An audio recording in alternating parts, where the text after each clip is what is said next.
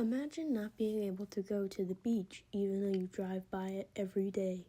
This is an often overlooked issue called coastal access. Coastal access is the ability of the public to enjoy and utilize the shoreline and coastal waters.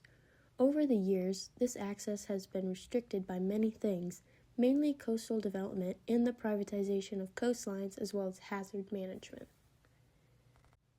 Being able to access these coastal areas is very important. Why is that? Studies suggest that time spent near the ocean provides better physical and mental health. There are many recreational activities that provide opportunities for exercise like running, surfing, and walking, as well as fishing. All of these activities are proven stress relievers and life enhancements. The beach is also used for professional needs as well. Fishing is a major global industry and the primary occupation for many people in coastal communities, which is roughly where 15% of the world's population lives. In order to be able to participate in these activities, the public needs to be able to access the beach. Many coastal states don't have enough public beach access points, with some states averaging less than one access point for every 10 miles of shoreline. Access to the beach is threatened every day.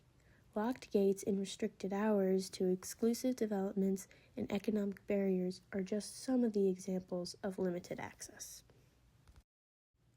Coastal access shapes how communities interact with the ocean, and Surfers Point in Ventura, California, in the country of Jamaica, highlight two very different approaches. At Surfers Point, decades of erosion and conflict over public beach access has led to a collaborative, managed retreat project that moved infrastructure inland, restored dunes, and preserved safe and reliable access for beach users. In contrast, Jamaica faces growing challenges as tourism development, private resorts, and inadequate coastal management increasingly limits public entry to beaches that are legally supposed to remain open to everyone. Because of these limits and the dependency on fishing, the people of Jamaica who have been fishing for generations are now struggling to find new sources of income. These examples show how proactive planning and ecosystem-based management can protect coastal access, while poorly regulated development can gradually take away that access. Coastal access is not just an environmental issue, but also a social justice issue as well. Many low-income and minority communities face barriers that make reaching the shoreline almost impossible. Public transportation rarely brings people directly to the coast, meaning that if you don't have a car, the beach might as well be a world away. Even for those who do drive, beach parking is often expensive, limited, and designed in a way that quietly keeps certain people out. On top of that, affordable overnight lodging near the coast is extremely rare, turning what should be a shared natural resource into a privilege only some can afford. These barriers create a coastline that is accessible in theory, but restricted in practice, leaving many communities without the chance to enjoy the places that belong to everyone.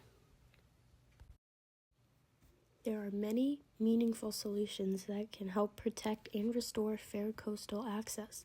Stronger policymaking is at the center of it. We need laws that clearly protect the public's right to the shoreline and make that right permanent, not just something that can shift with every new administration.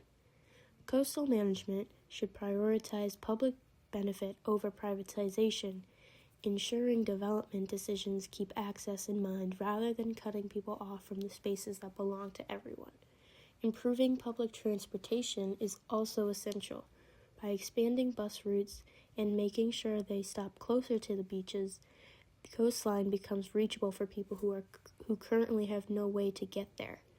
These steps would not only protect public rights, but help rebuild the idea that coastal spaces are shared, not reserved for a select few.